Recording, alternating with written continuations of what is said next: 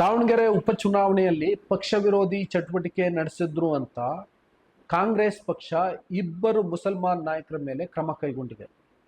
ಹಾಗೆ ನಿಜಕ್ಕೂ ಪಕ್ಷ ವಿರೋಧಿ ಚಟುವಟಿಕೆ ನಡೆಸೋರ ಮೇಲೆಲ್ಲ ಕ್ರಮ ಕೈಗೊಳ್ಬೇಕು ಅಂದ್ರೆ ಮೊದಲ ಬಾರಿಗೆ ಕ್ರಮ ಕೈಗೊಳ್ಬೇಕಾಗಿದ್ದು ಯಾರ ಮೇಲೆ ಗೊತ್ತಾ?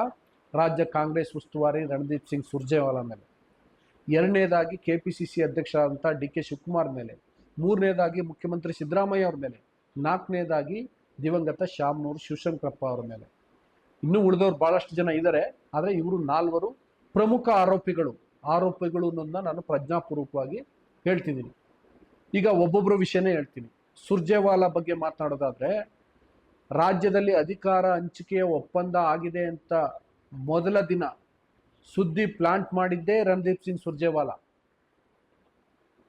ಅದರಿಂದಾಗಿ ಇವತ್ತಿನವರೆಗೂ ಆ ಚರ್ಚೆ ನಿಂತಿಲ್ಲ. ಅದರಿಂದಾಗಿ ಪಕ್ಷ ಮತ್ತು ಸರ್ಕಾರಕ್ಕೆ ಮುಜುಗರ ಆಗ್ತಿದೆ, ಸರ್ಕಾರದ ವರ್ಚಸ್ಸು ಕುಸಿತಾ ಇದೆ. ಇದಕ್ಕೆ ಕಾರಣ ಸುರ್ಜೇವಾಲಾ. ಇದು ಪಕ್ಷ ವಿರೋಧಿ ಚಟುವಟಿಕೆ ಅಲ್ವಾ? ಎರಡನೇದಾಗಿ ಪಕ್ಷ ವಿರೋಧಿ ಚಟುವಟಿಕೆ ಮಾಡ್ತಿರುವಂಥ ಡಿ.ಕೆ. ಶಿವಕುಮಾರ್ ಅವ್ರಿಗೆ ಕುಮ್ಮಕ್ ನೀಡ್ತಿರುವಂಥದ್ದು ಸುರ್ಜೇವಾಲಾ. ಮೂರನೇದಾಗಿ ನಸೀರ್ ಅಹಮದ್ ಅವರನ್ನ ಬಾಗಲಕೋಟೆ ಚುನಾವಣಾ ಕೋರ್ ಕಮಿಟಿಯ ಸದಸ್ಯರನ್ನಾಗಿ ಮಾಡಿ ಅವರು ದಾವಣಗೆರೆಗೆ ಬಂದಿಲ್ಲ ಅಂತ ಕ್ರಮ ಕೈಗೊಂಡಿದ್ದಾರೆ. ಇದನ್ನ ಮಾಡಿಸಿದ್ದು ಸುರ್ಜೇವಾಲಾ. ಇದು ಕಾಂಗ್ರೆಸ್ನಲ್ಲಿ ಪ್ರತಿಯೊಬ್ಬರಿಗೂ ಕೂಡ ಗೊತ್ತಿರುವಂತಹ ವಿಷಯ. ಇನ್ನೂ ಬಹಳಷ್ಟಿದ್ದಾವೆ ಸುರ್ಜೇವಾಲಾ ಕಥೆಗಳು. ಇವು ಮೂರು ಪ್ರಮುಖವಾದಂತಹ ಉದಾಹರಣೆಗಳು, ಅದನ್ನ ನಿಮ್ಮ ಮುಂದೆ ಇಟ್ಟಿದ್ದೀನಿ. ಎರಡನೇದಾಗಿ ಡಿ.ಕೆ. ಶಿವಕುಮಾರ್ ಸದನದಲ್ಲಿ ಸದಾ ವತ್ಸಲೆ ಅಂತ ಆಡಿದರು. ಇದು ನನ್ನ ಪ್ರಕಾರ ಬಹಳ ಸ್ಪಷ್ಟವಾದಂತಹ ಪಕ್ಷ ವಿರೋಧಿ ಚಟುವಟಿಕೆ. ಯಾಕೆಂದ್ರೆ ಕಾಂಗ್ರೆಸ್ ಪಕ್ಷದ ಸಿದ್ಧಾಂತ ಸಂವಿಧಾನ, ಒಂದು ರೀತಿಲಿ ಬಹಳ ಸರಳವಾಗಿ ಹೇಳೋದಾದ್ರೆ. ಬಿಜೆಪಿಯ ಸಿದ್ಧಾಂತ ಮನುವಾದ ಮತ್ತು ಸಂವಿಧಾನ ಕಾಂಟ್ರಾಸ್ಟ್ ಆದಂಥವು.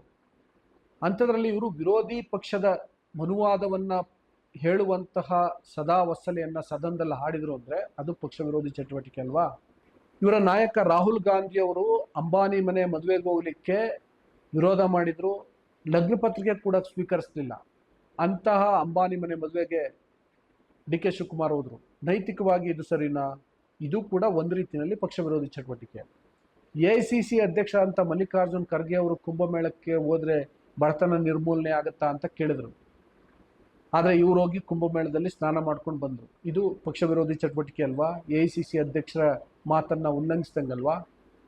ಮತ್ತೆ ಇದೇ ಡಿ.ಕೆ. ಶಿವಕುಮಾರ್ ತಮ್ಮ ಬೆಂಬಲಿಗರ ಮೂಲಕ ಡಿ.ಕೆ. ಶಿವಕುಮಾರ್ ಮುಖ್ಯಮಂತ್ರಿ ಆಗಲಿ ಅಂತ ಹೇಳಿಸಿದ್ರು. ತಮ್ಮ ಸಹೋದರ ಬಾಯಿ ಬಂದಂಗೆ ಮಾತಾಡ್ತಿದ್ದಾರೆ, ಅವ್ರ ಮೇಲೆ ಕ್ರಮ ಕೈಗೊಂಡಿಲ್ಲ. ಇವೆಲ್ಲವೂ ಕೂಡ ಪಕ್ಷ ವಿರೋಧಿ ಚಟುವಟಿಕೆ ಅಲ್ವಾ? ಕಡೆಯಲ್ಲಿ 2018ರಲ್ಲಿ ಬಾಗಲಕೋಟೆನಲ್ಲಿ ಸಿದ್ದರಾಮಯ್ಯ ಅವರನ್ನ ಸೋಲಿಸಲಿಕ್ಕೆ ಪ್ರಯತ್ನವನ್ನ ಮಾಡಿದ್ರು. ಅದು ಪಕ್ಷ ವಿರೋಧಿ ಚಟುವಟಿಕೆ ಅಲ್ವಾ? ಅದಕ್ಕೆ ಕ್ರಮ ಆಗಿದೆಯಾ?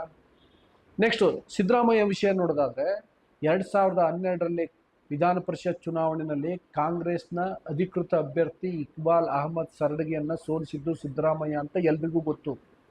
ಅದು ಪಕ್ಷ ವಿರೋಧಿ ಚಟುವಟಿಕೆ ಅಲ್ವಾ? 2013ರಲ್ಲಿ ಕೆಪಿಸಿಸಿ ಅಧ್ಯಕ್ಷರಾದಂಥ ಡಾಕ್ಟರ್ ಜಿ ಪರಮೇಶ್ವರ್ ಅವ್ರನ್ನ ಸೋಲಿಸಿದ್ರು ಅನ್ನೋದು ಎಲ್ರಿಗೂ ಗೊತ್ತು. ಅದು ಪಕ್ಷ ವಿರೋಧಿ ಚಟುವಟಿಕೆ ಅಲ್ವಾ? 2019ರಲ್ಲಿ ಕಾಂಗ್ರೆಸ್ ಮತ್ತು JDS ಮೈತ್ರಿ ಸರ್ಕಾರ ಬೀಳಲಿಕ್ಕೆ ಸಿದ್ದರಾಮಯ್ಯ ಕಾರಣ ಅನ್ನೋದು ಕೂಡ ಜನಜನಿತ. ಅದು ಪಕ್ಷ ವಿರೋಧಿ ಚಟುವಟಿಕೆ ಅಲ್ವಾ? ಹಂಗಿದ್ಮೇಲೆ ಸಿದ್ದರಾಮಯ್ಯ ಮೇಲೆ ಕ್ರಮ ಆಗ್ಬೇಕಿತ್ತಲ್ವಾ? ಈಗ ಶಾಮನೂರು ಶಿವಶಂಕರಪ್ಪ, ಕಾಂಗ್ರೆಸ್ ಪಕ್ಷ ತನ್ನ ಪ್ರಣಾಳಿಕೆಯಲ್ಲಿ ಹೇಳಿತ್ತು ಜಾತಿ ಗಣತಿ ಮಾಡ್ತೀವಿ ಅಂತ. ಈ ಮನುಷ್ಯ ಬಹಿರಂಗವಾಗಿ ಜಾತಿ ಗಣತಿಯನ್ನ ವಿರೋಧ ಮಾಡಿದ್ರು. ಅದು ಪಕ್ಷ ವಿರೋಧಿ ಚಟುವಟಿಕೆ ಅಲ್ವಾ? ಶಾಮನೂರು ಶಿವಶಂಕರಪ್ಪ ಮೇಲೆ ಯಾಕೆ ಕ್ರಮ ಕೈಗೊಳ್ಳಿಲ್ಲ? ಶಾಮನೂರು ಶಿವಶಂಕರಪ್ಪ ಬಹಿರಂಗವಾಗಿ ಬಿಜೆಪಿಯ BY ರಾಘವೇಂದ್ರ ಗೆಲ್ಲಿ ಅಂತ ಹೇಳಿದ್ರು.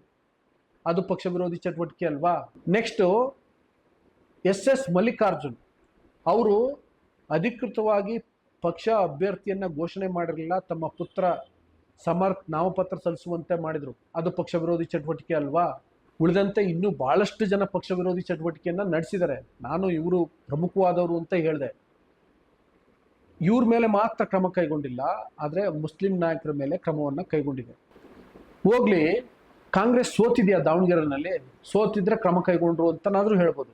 ಸೋತಿಲ್ಲ, ಏನಿಲ್ಲ, ಈಗಲೇ ಕ್ರಮ ಕೈಗೊಳ್ತಿದ್ದಾರೆ ಅಂತಂದ್ರೆ ಇದು ಅತ್ಯಂತ ದುರುದ್ದೇಶಪೂರಿತವಾಗಿ ಮಾಡ್ತಿರುವಂಥದ್ದು, ದುರಾಂಕಾರದಿಂದ ಮಾಡ್ತಿರುವಂಥದ್ದು, ದುರ್ಬುದ್ಧಿಯಿಂದ ಮಾಡ್ತಿರುವಂಥದ್ದು ಅಂತ ಅಲ್ವಾ?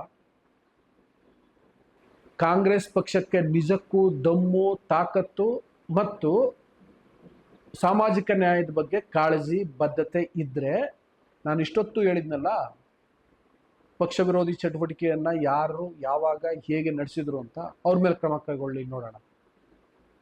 ವೀಕ್ಷಕರೇ, ನಿಮ್ಮ ಅಭಿಪ್ರಾಯನೂ ಕೂಡ ಬಹಳ ಮುಖ್ಯ. ನೀವು ಕೂಡ ಕಮೆಂಟ್ ಮಾಡಿ.